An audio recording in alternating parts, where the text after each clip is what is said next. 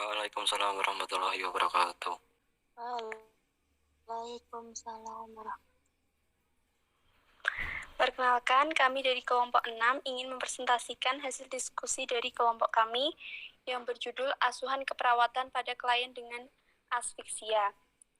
Untuk memenuhi tugas mata kuliah keperawatan anak 2 yang beranggotakan saya sendiri, Alifia Dikatiana, dan rekan saya Felicia Sabrina Sabil. Saya Wahyu Clarista Putri. Saya Gege Praditya. Dan rekan saya yaitu Dodlia. Definisi asfiksia neonatorium.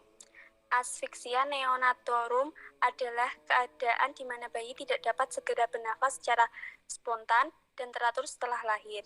Asfiksia neonatorum adalah kegagalan nafas secara spontan dan teratur pada saat lahir atau beberapa saat setelah saat lahir yang ditandai dengan hipoksemia, hiperkarbia, dan asidosis. Asfiksia adalah kegagalan untuk memulai dan melanjutkan pernafasan secara spontan dan teratur pada saat bayi baru lahir atau beberapa saat sesudah lahir.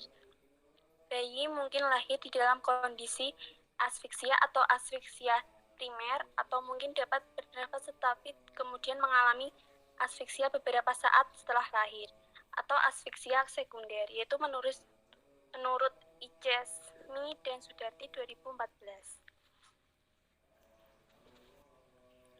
Kemudian klasifikasi asfiksia.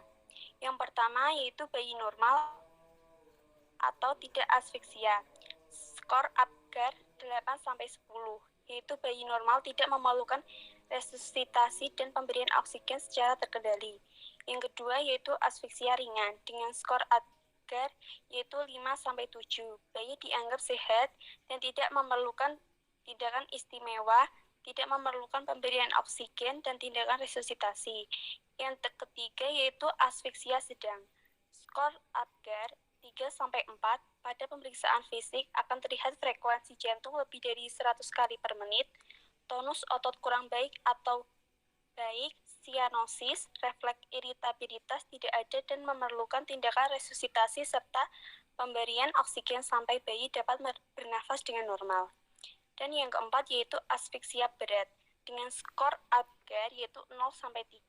Memerlukan resusitasi segera secara aktif dan pemberian oksigen terkendali. Karena selalu disertai asidosis, maka perlu diberikan natrikus dikarbonat yaitu 7,5% dengan dosis 2,4 mg per kilogram berat badan, dan cairan glukosa yaitu 40% 1-2 ml atau per kilogram berat badan. Diberikan lewat vena umbilikus. Pada pemeriksaan fisik ditemukan frekuensi jantung kurang dari 100 kali per menit, tonus otot buruk, sianosis berat, dan kadang-kadang pucat, refleks iritabilitas tidak ada. Selanjutnya yaitu etiologi. Etiologi asfiksia neonatorum adalah terjadi selama kehamilan, pada proses persalinan dan melahirkan atau periode segera setelah lahir. Janin sangat bergantung pada pertukaran plasenta untuk oksigen, asupan nutrisi, dan pembuangan produk sisa sehingga gangguan pada aliran darah umbilikal maupun plasenta hampir selalu akan menyebabkan asfiksia. Penyebab dari asfiksia menurut Anik dan Eka 2013 adalah yang pertama, asfiksia dalam kehamilan meliputi penyakit infeksi akut, penyakit infeksi kronik, keracunan oleh obat-obat bius, uremia dan toksemia gravidarum, anemia berat, dan cacat bawaan, dan trauma. Yang kedua yaitu asfiksia dalam persalinan, yaitu mencakup kekurangan oksigen dan paralisis pusat pernafasan. Kemudian faktor-faktor asfiksia dibedakan menjadi dua, yaitu faktor gangguan sirkulasi menuju janin dan faktor ibu. Yang pertama yaitu gangguan sirkulasi menuju janin, yaitu menyebabkan adanya gangguan aliran pada tali pusat seperti lilitan tali pusat, simbol tali pusat, tekanan pada tali pusat, ketuban telah pecah, kehamilan lewat waktu, pengaruh obat karena narkoba saat persalinan. Dan yang kedua yaitu faktor ibu, dapat menyebabkan gangguan histerectomia, uteri hipertoni, turunnya tekanan darah dapat mendadak, perdarahan pada plasenta previa, solusio plasenta, vasokonstriksi arterial, hipertensi pada kehamilan, dan kistosis, preeklamsia, eklamsia, gangguan pertukaran nutrisi atau O2, dan solusio plasenta. Kemudian akan dilanjutkan oleh rekan saya. Patofisiologi. Pernafasan spontan bayi baru lahir bergantung pada kondisi janin pada masa kehamilan dan persalinan. Pada saat lahir dan bayi mengambil napas pertama, udara memasuki alveoli paru dan cairan paru diabsorpsi oleh jaringan paru. Pada napas kedua dan berikutnya, udara yang masuk ke alveoli bertambah banyak dan cairan paru diabsorpsi sehingga seluruh alveoli berisi udara yang mengandung oksigen. Aliran darah ke paru meningkat secara drastis. Hal ini disebabkan ekspansi paru yang membutuhkan tekanan puncak inspirasi dan tekanan ekspirasi lebih tinggi. Ekspansi paru dan peningkatan tekanan oksigen alveoli menyebabkan penurunan resistensi vaskular paru dan peningkatan aliran darah paru setelah lahir. Kegagalan penurunan resistensi vaskular paru menyebabkan hipertensi pulmonal persisten pada BBL dengan aliran darah paru yang inadekuat dan hipoksemia relatif. Ekspansi paru yang inadekuat menyebabkan gagal nafas. Manifestasi klinis. 1. Asfiksia berat atau nilai Apgar 0-3.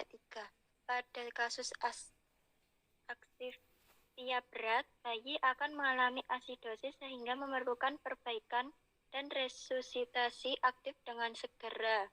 Tanda dan gejala yang muncul pada asfiksia berat antara lain frekuensi jantung kurang 40 kali per menit, tidak ada usaha panas, tonus otot lemah bahkan hampir tidak ada. Bayi tidak dapat memberikan reaksi jika diberikan rangsangan. Bayi tampak pucat bahkan sampai berwarna kelabu. Terjadi kekurangan oksigen yang berkelanjut sebelum atau sudah persalinan. 2. Asfiksia sedang atau nilai Apgar 4-6.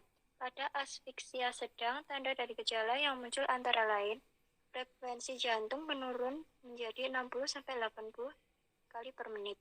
Usaha panas lambat, tonus otot biasanya dalam keadaan baik, bayi masih bisa bereaksi terhadap rangsangan yang diberikan. Bayi tampak sianosis, tidak terjadi kekurangan oksigen yang bermakna selama proses persalinan. 3. Asfiksia ringan atau nilai Apgar 7-10. Pada asfiksia ringan, tanda dan gejala yang sering muncul antara lain nafas lebih dari 100 kali per menit, warna kulit bayi tampak kemerah-merahan, gerak atau tonus otot baik, bayi menangis kuat. Penata laksanaan klinis. 1. Tindakan umum. Bersihkan jalan nafas, kepala bayi diletakkan lebih rendah agar lendir mudah mengalir. Bila perlu digunakan laryngoskop untuk membantu penghisapan lendir dari saluran nafas yang lebih dalam. Rangsangan refleks pernafasan dilakukan setelah 20 detik. Bayi tidak memperlihatkan bernafas dengan cara memukul kedua telapak kaki menekan tanda Achilles. Mempertahankan suhu tubuh. 2. Tindakan khusus. Asfiksia berat, berikan 0,2 dengan tekanan positif dan intermiten melalui pipa endotrakeal. Dapat dilakukan dengan tiupan udara yang telah diperkaya dengan O2. Tekanan O2 yang diberikan tidak 30 cm dan 20. Asfiksia sedang atau ringan, pasang rangsangan nyeri selama 30-60 detik. Penghisapan cairan lambung untuk mencegah regurgitasi. Pemeriksaan diagnostik. 1. Pemeriksaan darah, kadar AS laktat, kadar bilirubin, kadar PaO2 pH. 2. Pemeriksaan fungsi paru. 3. Pemeriksaan fungsi kardiovaskular. 4. Gambaran patologi. Selanjutnya akan dilanjutkan instrumen saya. Asuhan keperawatan. Pengkajian. 1. Pengkajian bayi beresiko tinggi afiksia menurut Wong 2008 meliputi biodata, nama bayi, umur, tanggal lahir, jenis kelamin, agama, anak keberapa, dan identitas orang tua. Keluhan utama pada bayi dengan afiksia yang sering tampak adalah sesak nafas. Riwayat kehamilan dan persalinan. Bagaimana proses persalinan? Apakah spontan, prematur, alternan, letak bayi dan posisi bayi. Kebutuhan dasar. Pemeriksaan fisik. A. Pengkajian umum. Ukur panjang dan lingkar kepala secara periodik, adanya tanda distres, warna bentuk mulut terbuka, kepala terkelungkup, meringis, alis berkerut. B. Pengkajian pernafasan. Bentuk dada, Braille kembung, kesimetrisan, adanya insisi, adanya selang dada, penggunaan otot aksesoris. Diagnosa keperawatan. Diagnosa keperawatan yang muncul pada bayi baru lahir dengan afiksia Wong 2008 adalah 1. Pola nafas tidak efektif berhubungan dengan imunotiritas paru dan neuromuskular, penurunan energi dan kehilangan termoreguler tidak efektif berhubungan dengan kontrol suhu yang imatur dan penurunan lemak tubuh subkutan. 2. Resiko tinggi infeksi berhubungan dengan pertahanan imunologi yang kurang. 3. Perubahan nutrisi kurang dari kebutuhan tubuh. Resiko tinggi berhubungan dengan ketidakmampuan mencerna nutrisi karena imunitas dan atau penyakit. 4. Resiko tinggi kekurangan atau kelebihan volume berhubungan dengan kreativitas fisiologi imatur dari bayi preter atau imaturitas atau penyakit. Intervensi. 2. Termoregulasi tidak efektif berhubungan dengan kontrol suhu yang imatur dan penurunan lemak tubuh subkutan. Tujuan pasien mempertahankan suhu tubuh yang normal. Hasil yang dipertahankan suhu aksila bayi tetap dalam rentang normal. Intervensi. A. Tempat bayi di dalam inkubator atau banyak radian atau pakaian hangat dalam keranjang terbuka atau untuk mempertahankan suhu tubuh bayi. B. Pantau suhu aksila pada bayi yang tidak stabil dan kontrol suhu udara untuk mempertahankan suhu kulit dalam rentang thermal dan yang dapat diterima. C. Gunakan pelindungan panas plastik bila tepat untuk menurunkan kehilangan panas.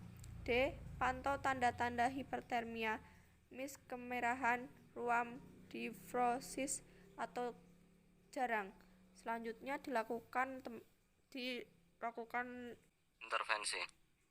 1. Pola nafas tidak efektif berhubungan dengan imaturitas paru dan neuromuskular, penurunan energi dan keletihan. Tujuan pasien akan lihatkan parameter oksigen yang adekuat. Hasil yang diharapkan: A. Jalan nafas tetap paten. B. Pernafasan memberikan oksigenasi dan pembuangan karbon dioksida yang adekuat. C. Frekuensi dan pola nafas dalam batas normal. D. Oksigen jaringan adekuat. Intervensi. A. Atur posisi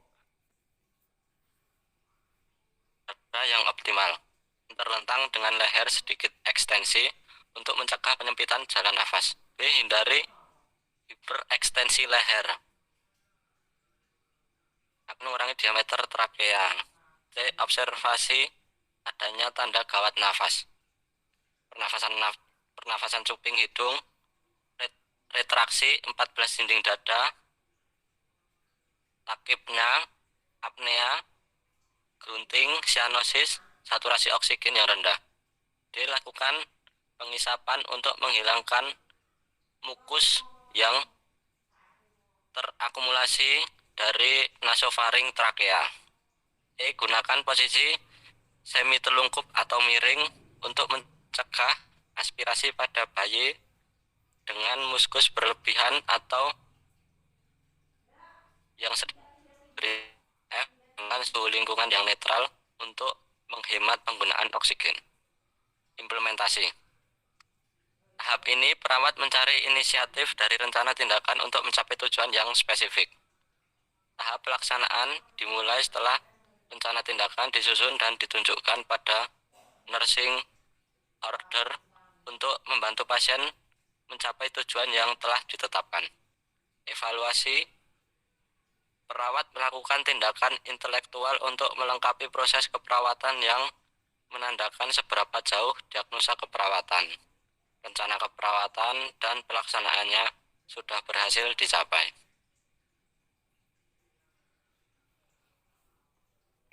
Berikut tadi presentasi dari kelompok kami, kurang lebihnya kami mohon maaf, dan apabila ada pertanyaan bisa ditanyakan di kolom komentar atau saat perkuliahan keperawatan anak 2 berlangsung. Sekian dari kami, wassalamualaikum warahmatullahi wabarakatuh. Waalaikumsalam warahmatullahi wabarakatuh.